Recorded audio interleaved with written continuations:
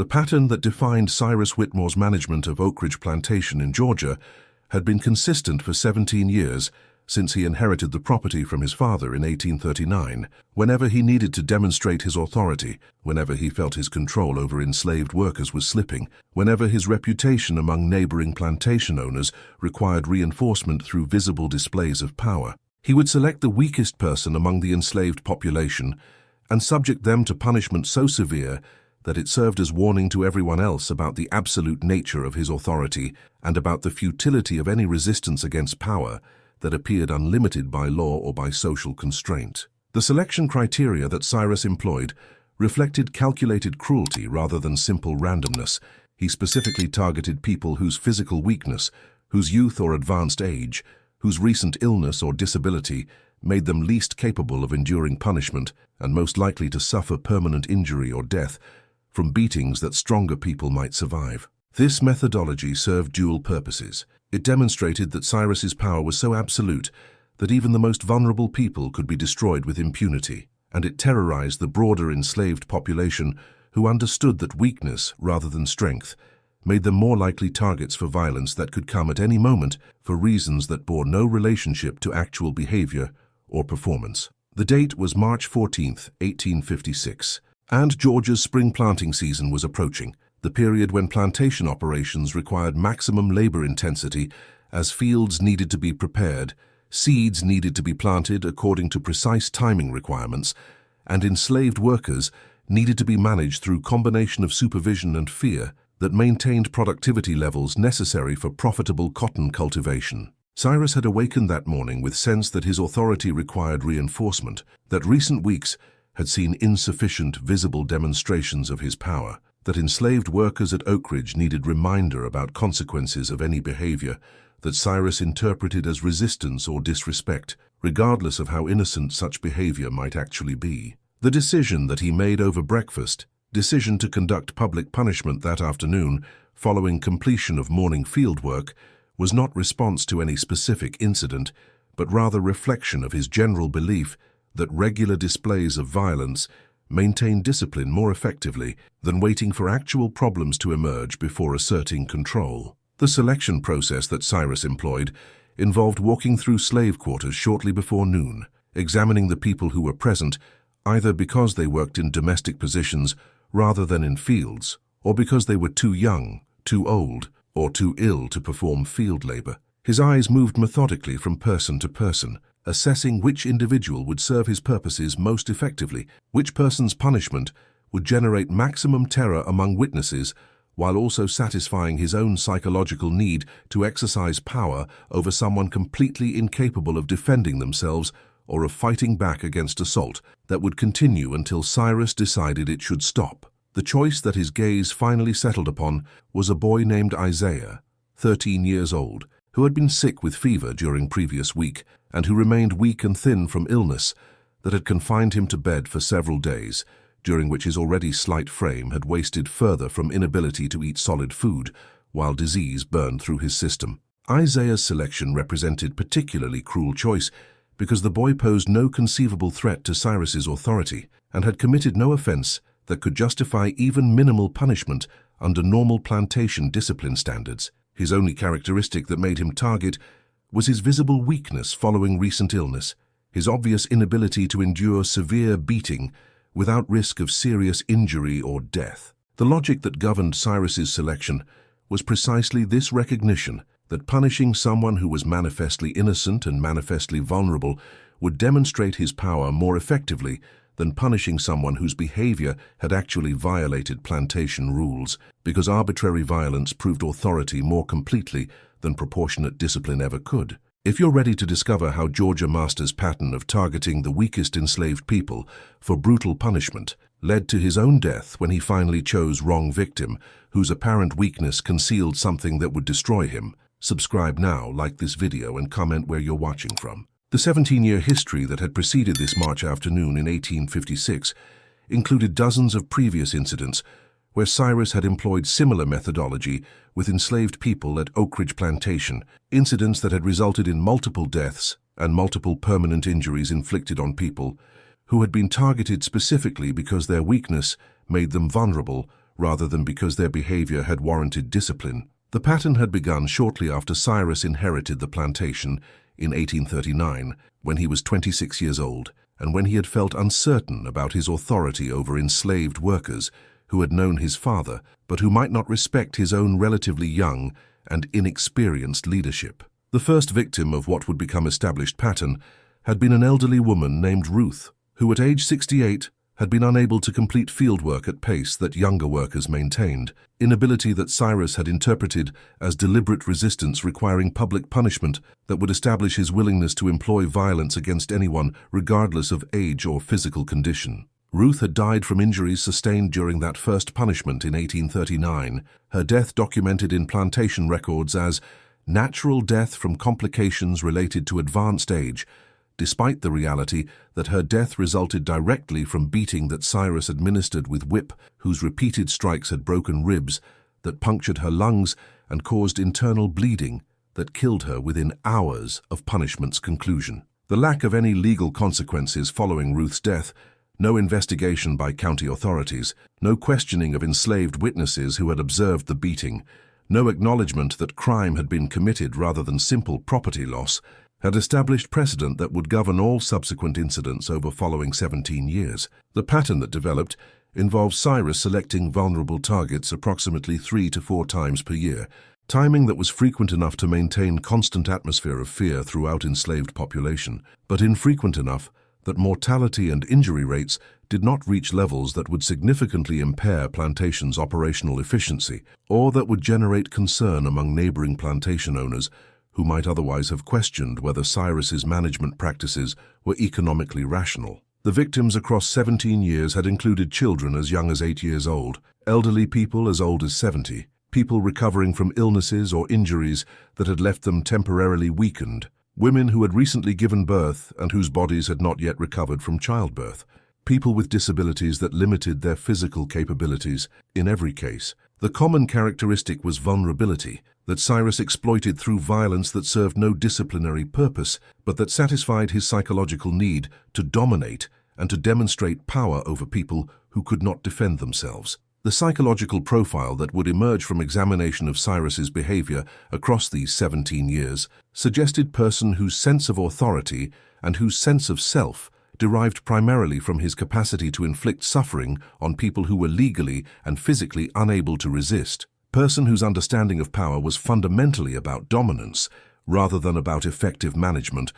or about achieving genuine respect through fair treatment. The education that Cyrus had received at elite institutions in Charleston and in Virginia had provided him with sophisticated intellectual framework that included exposure to Enlightenment philosophy and to political theory about legitimate authority and consent of governed. But this education had not prevented him from developing management style that relied entirely on fear and that specifically targeted the most vulnerable people under his control as vehicles for demonstrating his authority. The morning of March 14, 1856, had proceeded normally through breakfast and through early hours when Cyrus conducted his customary inspection of field operations to verify that enslaved workers were beginning spring planting, according to schedule he had established. The decision to conduct punishment that afternoon had emerged around mid-morning when Cyrus had returned to Plantation House and had mentioned to his overseer that he believed discipline at Oak Ridge was becoming too relaxed, that enslaved workers were showing insufficient fear in their interactions with white supervisors. That afternoon, punishment would serve useful purpose in reinforcing proper attitudes of submission and terror that Cyrus believed necessary for effective management. The overseer, a man named Gerald Thompson, who had worked at Oak Ridge for 6 years and who had witnessed many previous incidents of Cyrus's pattern of targeting vulnerable people, had nodded agreement without enthusiasm, understanding that his role was to facilitate whatever Cyrus decided rather than to question methodology that Cyrus had employed consistently throughout his tenure managing the plantation. The selection process that brought Cyrus to Isaiah occurred around noon when Cyrus walked through slave quarters, conducting his assessment of potential victims. Isaiah had been sitting outside his family's cabin, attempting to regain strength following a week of fever that had left him weak and gaunt, his 13-year-old body showing ribs through skin that stretched tight across chest, that heaved with effort of breathing, that remained labored days after fever had broken. The boy's mother, Clara, was working in fields, and his father, Moses, was working in Plantation's blacksmith shop, leaving Isaiah alone when Cyrus's shadow fell across him, and when Cyrus's voice spoke words that Isaiah immediately recognized as marking him for punishment that afternoon. "You'll do. Report to the yard at 3 o'clock. Don't make me send someone to fetch you." Isaiah's response had been an immediate nod of acknowledgement and quiet, "Yes, master," a response that reflected 17 years of observation about how Cyrus operated and about futility of attempting to argue or to plead for mercy when Cyrus had made decision about punishment. The boy understood from having witnessed previous incidents that arguing would only make punishment worse, that pleading would be interpreted as weakness deserving additional violence, that only response available was submission and hope that he would survive whatever Cyrus decided to inflict. The hours between noon and 3 o'clock stretched into eternity for Isaiah, as he sat in his cabin attempting to prepare himself mentally and physically for experience he knew would be excruciating, and that might result in his death, given his weakened condition following recent illness. But what neither Cyrus nor Isaiah nor anyone else at Oak Ridge Plantation understood was that Isaiah's apparent weakness concealed something that had been developing during week of fever, something that had emerged from delirium and from proximity to death during worst nights of his illness, something that Isaiah himself did not fully comprehend, but that would manifest during punishment in ways that would transform Cyrus's demonstration of power into moment when his pattern of targeting the weakest people would finally backfire catastrophically. The fever that had burned through Isaiah's body during previous week had not been ordinary illness, but rather manifestation of something that enslaved communities throughout Georgia whispered about in their own languages and through their own spiritual frameworks. Transformation that sometimes occurred when person approached death and then returned. Transformation that created connection to spiritual forces that could be channeled in moments of extreme crisis or extreme need. The afternoon of March 14, 1856, would reveal whether Isaiah's transformation was real or whether it represented nothing more than fevered imagination of sick child, whose mind had created fantasies during delirium that would dissolve when confronted with brutal reality of Cyrus's whip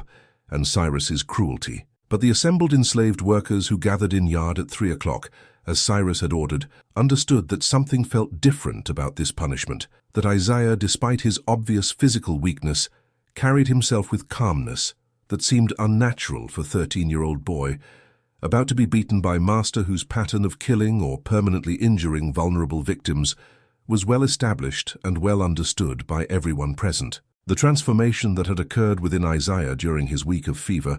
began not with sudden revelation or dramatic spiritual experience, but rather with gradual dissolution of boundaries that normally separated waking consciousness from other states of awareness that enslaved communities throughout Georgia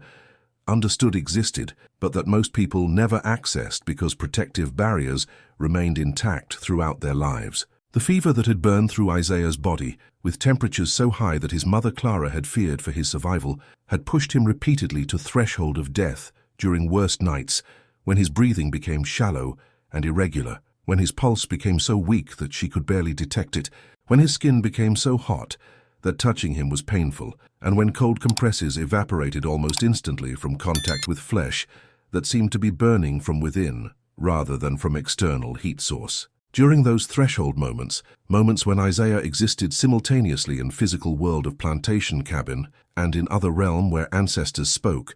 and where spiritual forces that enslaved people recognized, but white people dismissed as superstition, operated according to their own logic. Something had opened within his consciousness that had not closed completely when fever finally broke and when his body began slow process of recovery. The voices that he had heard during delirium, the presences that he had sensed surrounding his sickbed, the knowledge that had been transmitted not through words, but through direct understanding that bypassed language entirely, all of this had remained accessible to him even after his temperature normalized and even after he regained enough strength to sit up and to begin eating solid food again. The specific nature of what Isaiah had accessed during fever remained unclear even to him. He could not have explained in English or in any language exactly what had changed or what new capabilities he now possessed, because his understanding existed below level of verbal articulation, existed as bodily knowledge rather than as intellectual comprehension. What he knew with absolute certainty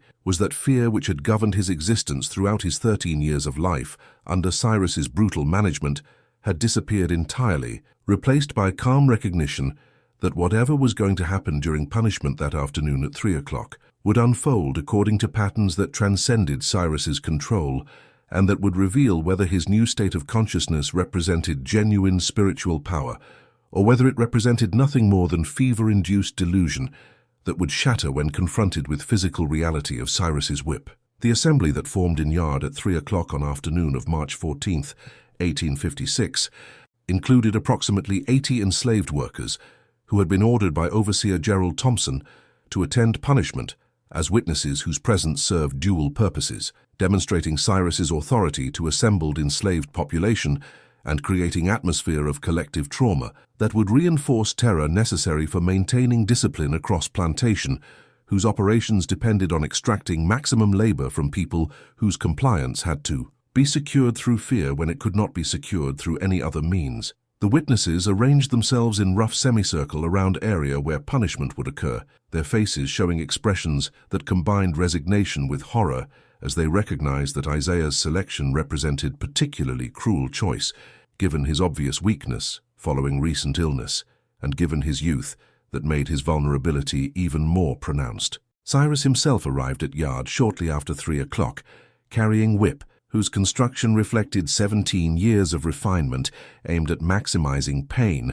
while theoretically minimizing permanent damage that would reduce enslaved persons' economic value, braided leather approximately 6 feet in length, with handle wrapped in leather that provided secure grip during extended whipping sessions, with tip that had been carefully maintained through regular oiling to preserve flexibility that allowed it to wrap around victim's body and to deliver strikes whose force concentrated in small areas, producing welts and lacerations whose severity Cyrus could calibrate based on how much force he applied during each stroke. The whip had been used dozens of times across previous 17 years on victims whose names and faces Cyrus probably could not have recalled even if he had wanted to, because his pattern of targeting vulnerable people produced such regular turnover that individual victims blurred together into undifferentiated mass of suffering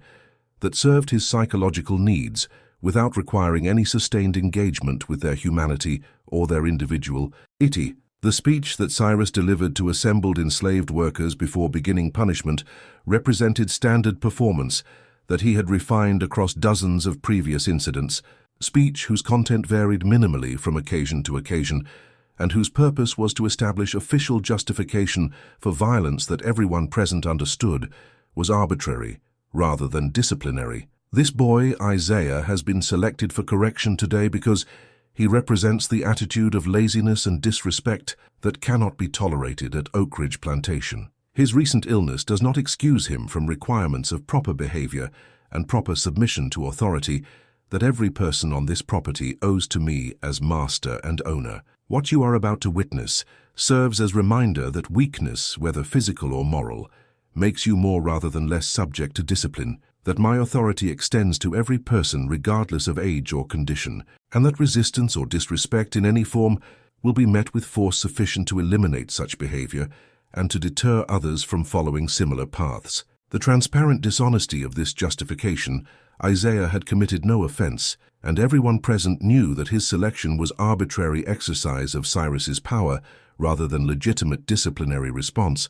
served its own purpose by demonstrating that Cyrus's authority did not require legitimate justification, that he could inflict violence for any reason or for no reason, and that enslaved people had no recourse against his decisions, regardless of how obviously unjust those decisions might be. The assembled witnesses understood this demonstration of arbitrary power as intended message, understood that Cyrus was deliberately selecting innocent victim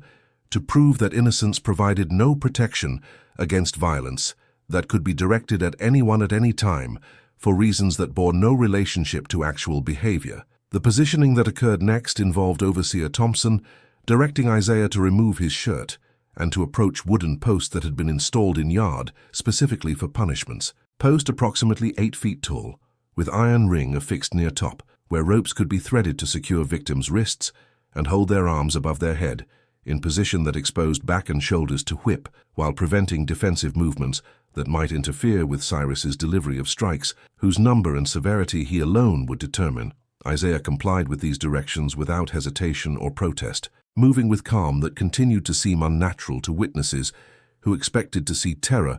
or at minimum visible anxiety in 13-year-old boy whose recent illness had left him visibly weakened and whose selection for punishment everyone recognized as potentially fatal given his current physical condition. The moment when Isaiah's wrists were secured to iron ring and when his body was positioned for punishment represented point, when pattern that Cyrus had successfully employed for 17 years should have proceeded according to established script. First strikes would land across upper back and shoulders, producing immediate pain and producing welts whose appearance would satisfy Cyrus's need to see visible evidence of his power inscribed on victim's body. Subsequent strikes would continue until Cyrus felt that sufficient demonstration had occurred, or until victim's screams and pleas for mercy satisfied his psychological requirements for domination and submission. But what actually occurred when Cyrus raised whip and delivered first strike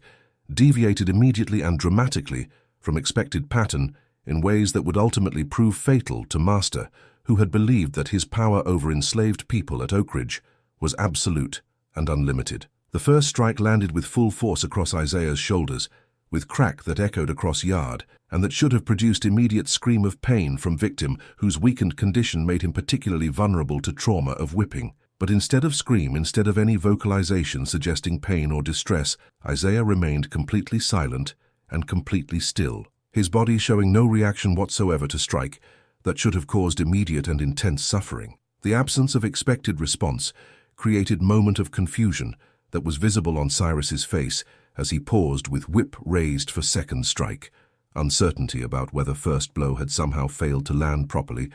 or whether Isaiah's silence represented some form of defiance that required even more intense punishment to overcome. The second strike landed with even greater force than first, Cyrus having decided that Isaiah's silence represented challenge to his authority that needed to be crushed through escalation of violence rather than through any reconsideration of whether punishment should continue. But again, Isaiah remained silent and motionless, his back now showing two distinct welts where whip had struck, but his demeanor showing no acknowledgement that pain was being inflicted or that his body was experiencing trauma that should have been overwhelming given his weakened physical state. The assembled witnesses began murmuring among themselves as they observed this impossible calm, began recognizing that something extraordinary was occurring that transcended normal patterns of punishment and resistance that they had observed during previous incidents across years of living under Cyrus's brutal management. The escalation that followed involved Cyrus delivering strike after strike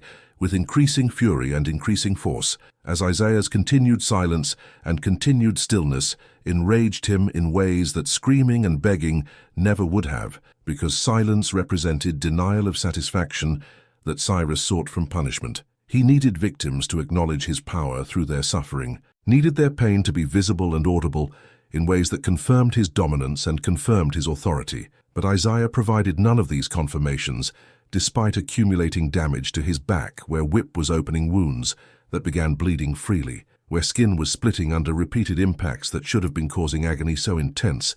that consciousness would have been difficult to maintain. After approximately 20 strikes delivered across span of perhaps 5 minutes, Cyrus stopped from physical exhaustion and from frustration that was evident in his face and in his labored breathing. The silence that followed was broken only by sound of blood dripping from Isaiah's back onto ground beneath post, where he remained secured with wrists still bound to iron ring. The witnesses who had been required to observe punishment were themselves silent now, not from terror, but from awe, as they recognized that what they were witnessing represented manifestation of spiritual power that some had heard about through stories passed down from ancestors, but that few had ever observed directly. The moment when Isaiah finally spoke represented transformation of punishment from demonstration of Cyrus's power into revelation of its fundamental weakness and its fundamental vulnerability to forces that Cyrus's worldview insisted did not exist. Isaiah's voice when he spoke was calm and clear despite damage that his body had sustained, voice that carried across yard to every witness present, and that would be remembered and recounted across enslaved communities throughout Georgia for years afterward. Your whip cannot touch what matters. Your power ends at skin and bone. What you cannot break, what you cannot own, what you will never control. That is what makes me human, and that is what makes you terrified. You choose the weak because you are weak. You choose the sick because you are sick with fear that one day your power will end and you will face judgment for what you have done. If Isaiah's supernatural resistance to 20 brutal whip strikes has you desperate to know how this confrontation ended and what happened to Cyrus Whitmore after encountering power he couldn't break, subscribe now and drop a comment about spiritual resistance against physical tyranny. The silence that followed Isaiah's words stretched across the yard with weight that made breathing difficult for everyone assembled. Silence that reflected collective comprehension that something unprecedented was occurring, that power dynamics that had structured life at Oak Ridge Plantation for 17 years, under Cyrus Whitmore's brutal management, were being challenged in ways that transcended any conventional form of resistance, and that seemed to draw on forces that white rationality insisted did not exist, but that enslaved communities understood operated according to their own logic, regardless of what white people believed or refused to believe. Cyrus stood with whip still gripped in hand that was now shaking visibly, his face showing confusion and rage that competed with something approaching fear as he attempted to comprehend how a 13-year-old boy, who should have been screaming in agony after 20 brutal strikes, was instead speaking calmly about power ending at skin and bone, about weakness and sickness residing in master rather than in enslaved victim, about judgment that would eventually arrive regardless of legal immunity that Georgia's courts provided to white men who murdered or brutalized enslaved people. The response that Cyrus formulated emerged not from rational assessment of situation, but rather from psychological need to reassert dominance that Isaiah's calm defiance had challenged more fundamentally than any screaming or begging ever could have, need to prove through escalation of violence that his power remained absolute, despite evidence that was accumulating before his eyes, suggesting that power had limits that he had never previously encountered during 17 years of successfully terrorizing enslaved workers through pattern of targeting vulnerable victims whose suffering confirmed his authority. "You dare speak to me with that tone?" Cyrus screamed, his voice breaking with fury that made his words nearly incomprehensible. "You think some fever dream gives you right to challenge me? I'll show you what power means. I'll whip you until you beg for death, until you acknowledge that I own every part of you, including whatever delusions you've developed about being beyond my reach." The escalation that followed involved Cyrus ordering Overseer Gerald Thompson to administer additional strikes, while Cyrus himself recovered his breath and his composure, order that Thompson followed with visible reluctance, because even this man who had witnessed and participated in countless previous incidents of Cyrus's cruelty recognized that something about this situation differed from normal pattern, and that continuing to strike boy who showed no response to pain might provoke consequences that were difficult to predict or control. But Thompson's position as overseer, whose employment depended entirely on Cyrus's satisfaction, left him no choice except to comply with orders, regardless of his personal misgivings. And so he took whip from Cyrus and delivered additional strikes across Isaiah's back, where wounds were now bleeding freely and where skin had been opened to reveal muscle tissue beneath. But as with Cyrus's previous strikes, Thompson's blows produced no vocalization from Isaiah, and no visible indication that pain was being experienced, despite obvious physical trauma that was occurring to body that remained suspended with wrists secured to iron ring of whipping post. The accumulated damage after approximately 30 total strikes should have left Isaiah unconscious, or at minimum should have reduced him to state where coherent speech would have been impossible. Yet when Thompson paused after delivering his 10th strike, and when Cyrus demanded that Isaiah acknowledge his suffering and acknowledge Cyrus's authority, Isaiah's response was delivered in voice that remained steady and clear, despite circumstances that should have made speech nearly impossible. "Every strike you deliver proves what I said. You are terrified. You are sick with fear of what you cannot control. Your whip touches my body, but not what makes me myself. That will remain beyond your reach, no matter how much violence you inflict." The assembled witnesses to this exchange found themselves experiencing mixture of awe and terror as they recognized that Isaiah was not merely enduring punishment with unusual fortitude, but rather was demonstrating form of resistance that drew on spiritual resources that some among them recognized from traditional knowledge passed down through generations from African ancestors who had maintained understanding of forces that European rationality dismissed as superstition. The older enslaved people present, people whose own grandparents had been born in Africa and who had transmitted knowledge about spiritual practices that survived Middle Passage and that persisted despite systematic attempts to destroy all African cultural and religious traditions among enslaved populations, these older people understood what was occurring as manifestation of protection that certain individuals could access when they had been transformed through proximity to death and through connection to ancestors whose spirits maintained active presence in world of living, despite white Christian theology insisting that dead remained permanently separated from living, except through resurrection promised in distant future. The breaking point for Cyrus arrived when Isaiah spoke again without being questioned, his voice now taking on quality that suggested he was speaking not merely his own thoughts, but rather channeling communication from sources beyond himself. 17 years you have chosen the weak for your violence. 17 years you have believed that targeting vulnerability demonstrated your strength.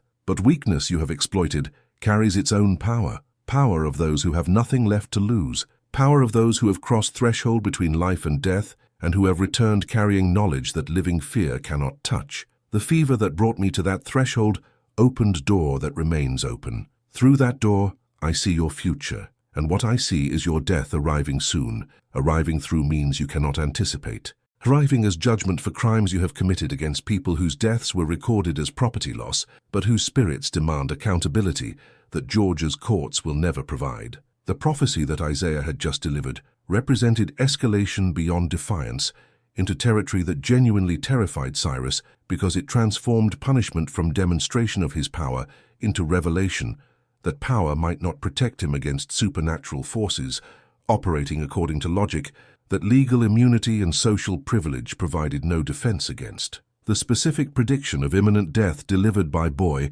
who should have been begging for mercy, instead of calmly forecasting Master's mortality, created psychological crisis for Cyrus that manifested in physical symptoms. His breathing became rapid and shallow, his face flushed red then drained to pale white, his hands began trembling so severely that he dropped whip he had been gripping throughout exchange, and his legs suddenly weakened to point, where he staggered backward and nearly fell before regaining his balance through conscious effort. The decision that Cyrus made in that moment of crisis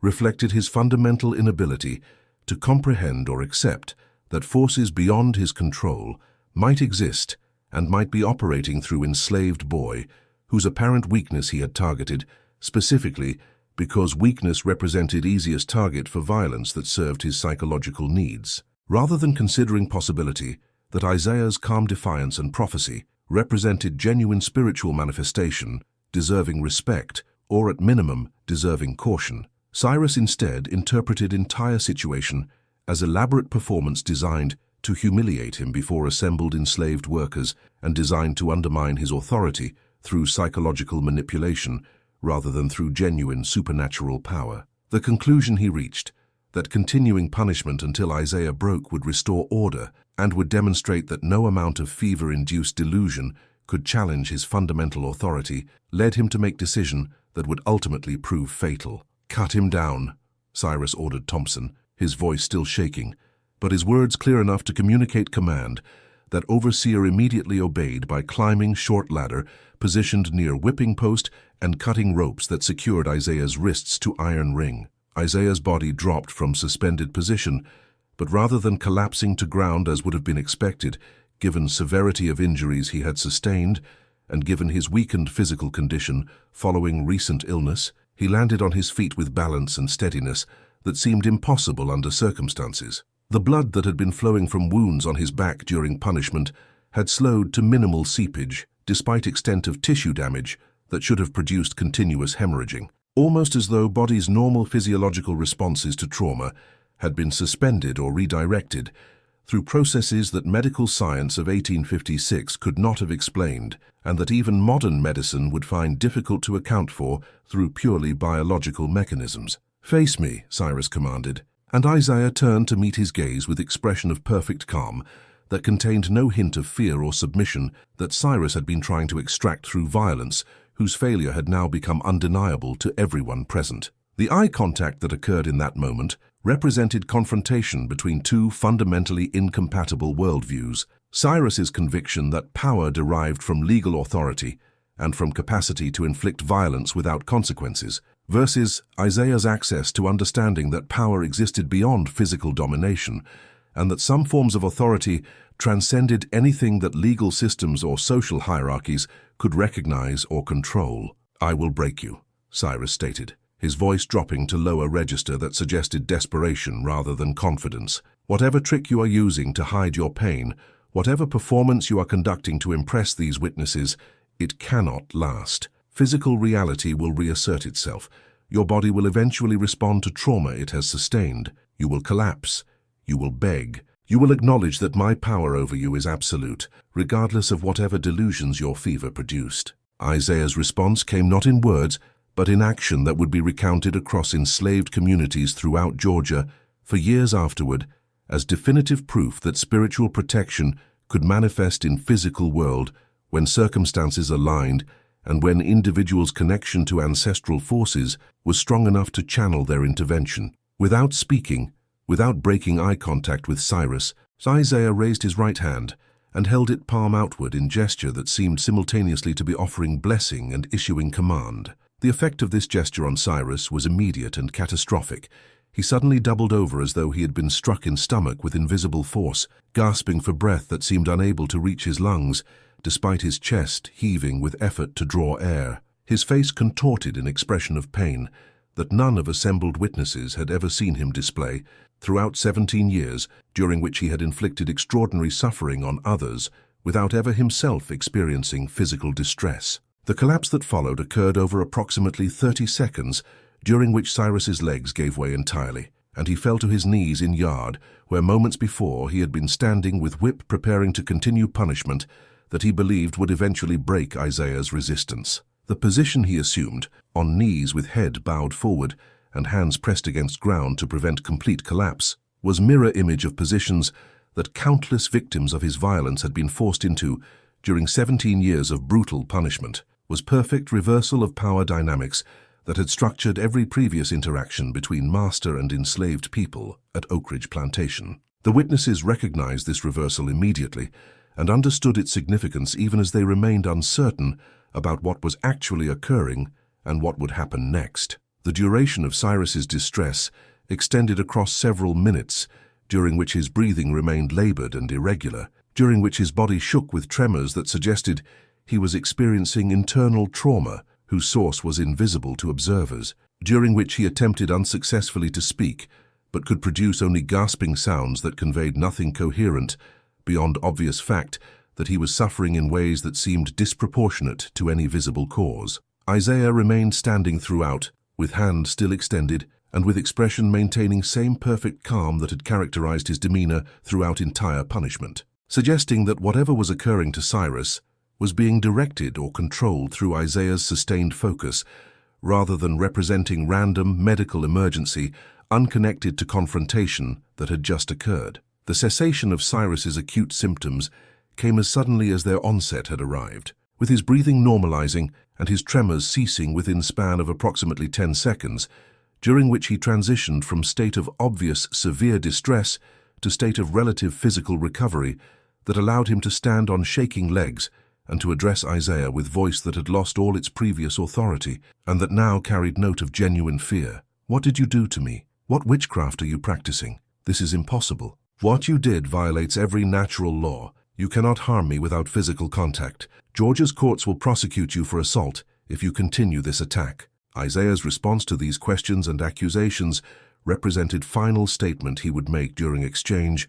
that had transformed what should have been routine demonstration of Cyrus's power into revelation of fundamental vulnerability of power that relied entirely on violence and that possessed no defense against forces operating according to spiritual logic rather than according to physical causation. I have done nothing except refuse to lay role you assigned me. Your pain comes not from my action, but from your recognition that your power has limits you never previously encountered. The prophecy I delivered earlier remains true. Your death approaches through means you cannot anticipate. What you experienced just now represents warning rather than fulfillment. If you possess any wisdom, you will recognize that some crimes accumulate debts that must be paid regardless of legal immunity that protects you from human prosecution. The fever opened door between worlds for me. Through that door, I see your death, and I tell you now that it will come soon, and it will come as justice for 17 years of targeting the weak to prove your strength. The aftermath of the confrontation in Oak Ridge Plantation's yard on March 14, 1856, unfolded across the following days and weeks in ways that fundamentally altered power dynamics at the plantation and that ultimately fulfilled Isaiah's prophecy about Cyrus Whitmore's approaching death in manner that combined elements suggesting both supernatural intervention and natural consequences of psychological breakdown produced by encounter with force that challenged every assumption upon which Cyrus had built his authority and his identity. The immediate response following Isaiah's final statement involved Cyrus ordering all assembled enslaved workers to disperse and return to their assigned tasks. Order delivered in voice that lacked its usual authority and that suggested desperation rather than confidence as he attempted to restore normalcy to a situation that had irrevocably demonstrated limits of power he had believed to be absolute. Isaiah was released from whipping post without further punishment, his back bearing evidence of 30 brutal strikes, yet his demeanor remaining calm and unshaken in ways that every witness recognized as transcending normal human capacity to endure physical trauma. The hours following the confrontation saw Cyrus retreating to Plantation House, where he isolated himself in his study, refusing visits from family members or from overseer Gerald Thompson, who attempted to discuss what had occurred and what implications it might carry for continuing operations at Oak Ridge, where enslaved workers had now witnessed Master's power being challenged successfully through means that appeared to involve spiritual forces operating beyond natural law. The isolation that Cyrus imposed on himself during those first hours reflected his inability to process experience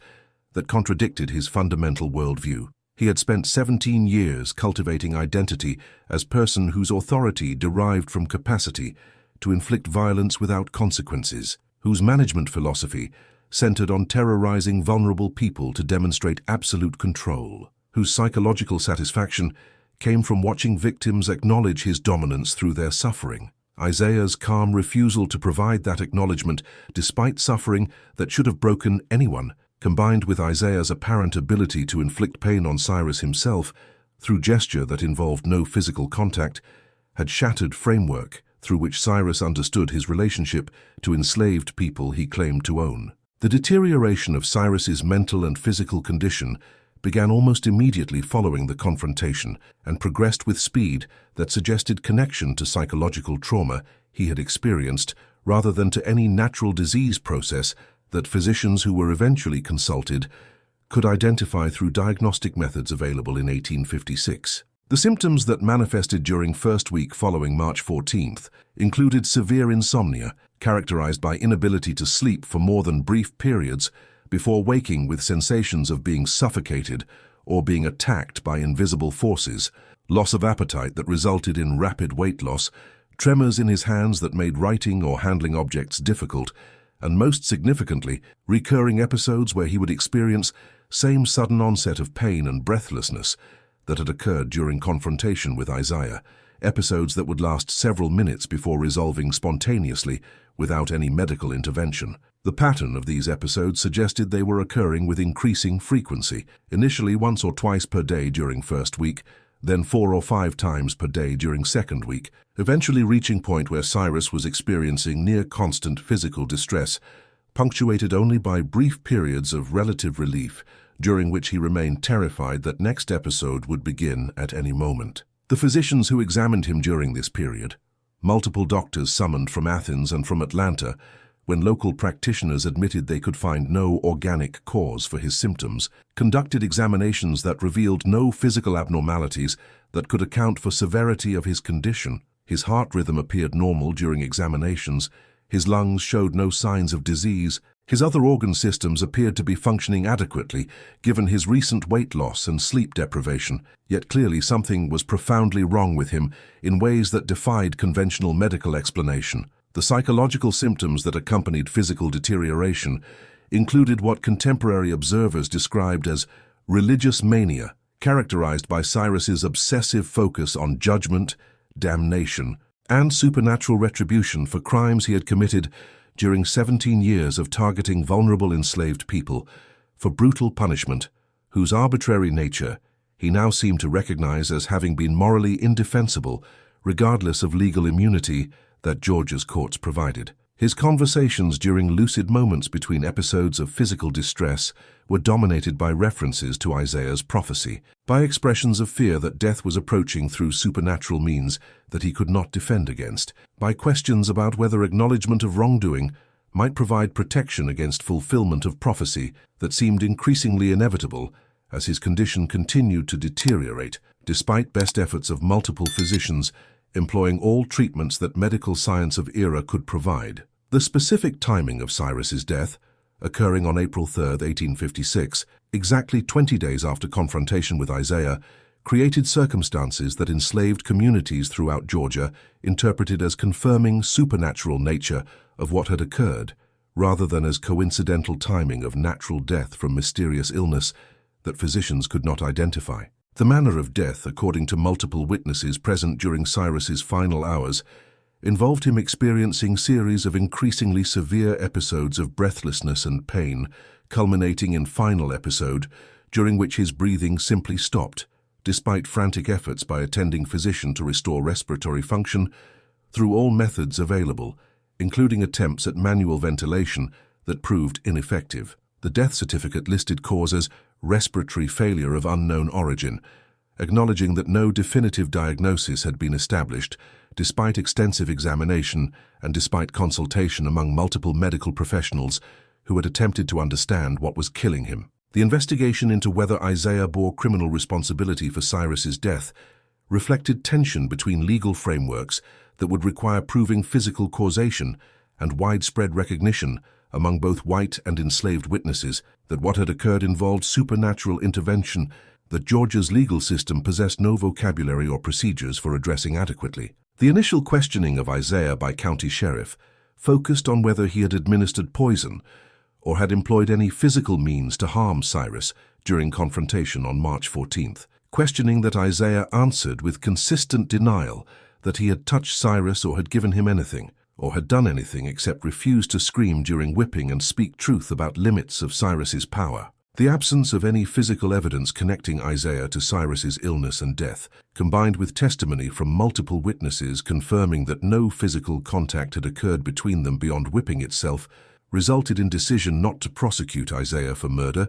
despite obvious temporal connection between confrontation and onset of symptoms that ultimately proved fatal. The broader response within Georgia's planter community to news of what had occurred at Oak Ridge Plantation reflected discomfort with implications that enslaved people might possess access to spiritual forces that could harm or kill white masters despite all legal and physical power that slavery system provided to owners. The official narrative that developed among white planters emphasized medical mystery of Cyrus's death while downplaying or dismissing supernatural elements that enslaved communities recognized as essential to understanding what had actually occurred. The practical effect of this official narrative was to preserve slavery's ideological framework that insisted enslaved people lacked capabilities for sophisticated resistance, while simultaneously acknowledging privately among planters that perhaps targeting obviously innocent vulnerable people for arbitrary brutal punishment carried risks beyond simple economic waste of destroying valuable property. The transformation of Isaiah himself, following events of March 14th and following Cyrus's death on April 3rd, involved him becoming a figure of extraordinary significance within enslaved communities throughout Georgia and eventually throughout broader South as story of confrontation circulated through communication networks, connecting plantations across geographic distances. The physical healing of wounds on his back occurred with speed that witnesses who had seen extent of damage found remarkable, Within 2 weeks, the lacerations had closed, and within month, the scarring had faded to a degree that seemed inconsistent with severity of original injuries. But more significant than physical healing was psychological and spiritual transformation that Isaiah underwent. Becoming a person who other enslaved people sought out for guidance, for healing, for connection to spiritual forces, that confrontation with Cyrus had revealed he could access and channel. The remainder of Isaiah's life following Cyrus's death, he would live until 1889, dying at age 46 from pneumonia, involved him becoming informal spiritual leader within enslaved and later freed black communities in Georgia. Becoming a person who maintained traditional knowledge about spiritual protection and about resistance through means that transcended physical confrontation with white power. The stories that would be told about him across decades following confrontation with Cyrus included multiple accounts of other instances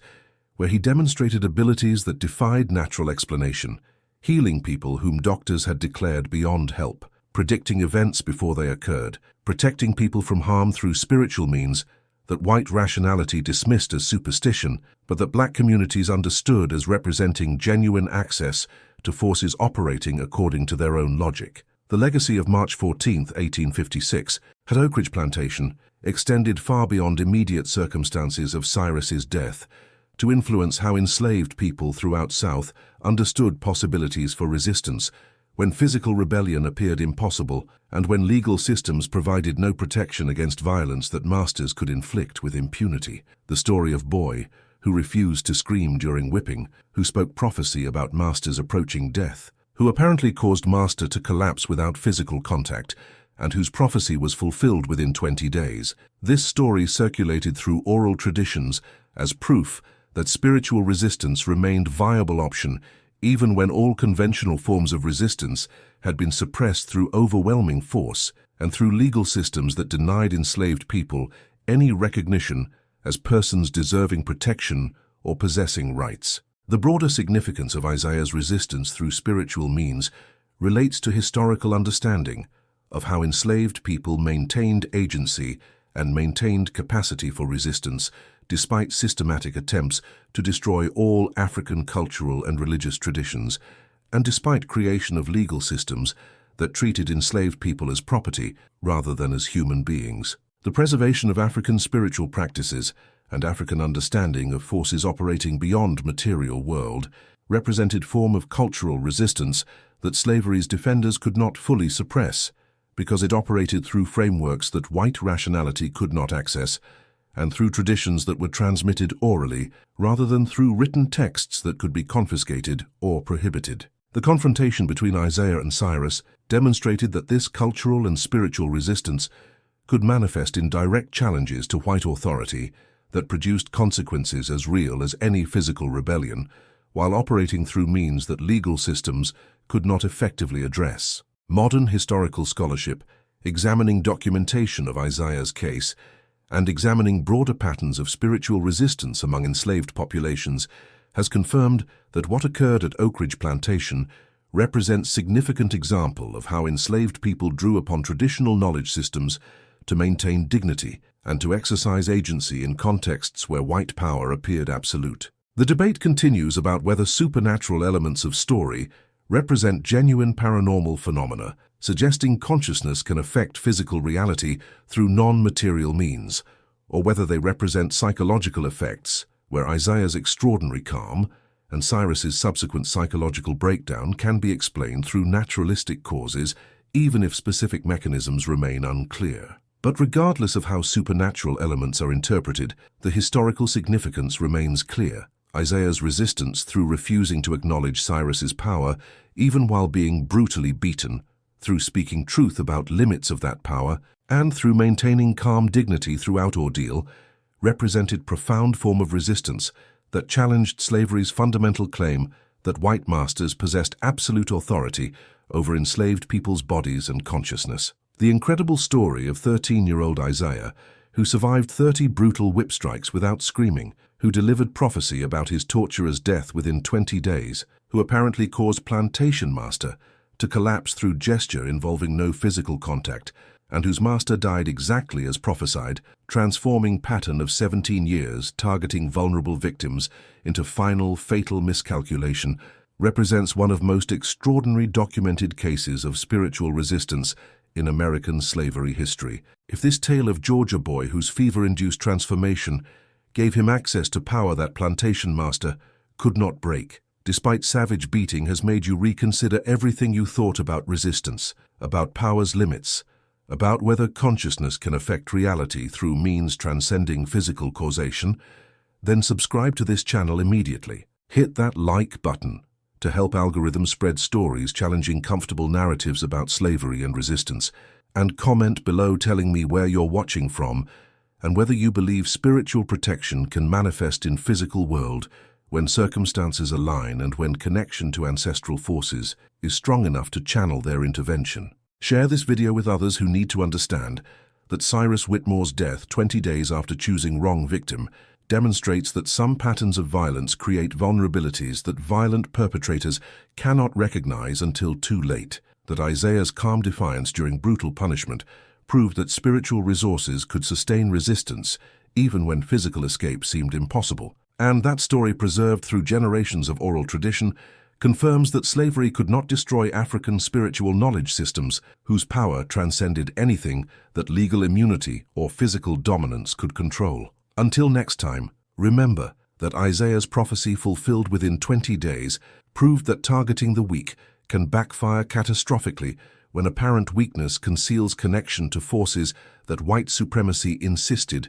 did not exist, but that enslaved communities understood represented real power, accessible to those who maintained traditional knowledge passed down through generations from African ancestors who had preserved understanding of spiritual protectio. And across Middle Passage, and across centuries of systematic attempts to destroy all cultural traditions that sustained enslaved people's dignity and agency despite overwhelming violence deployed against them.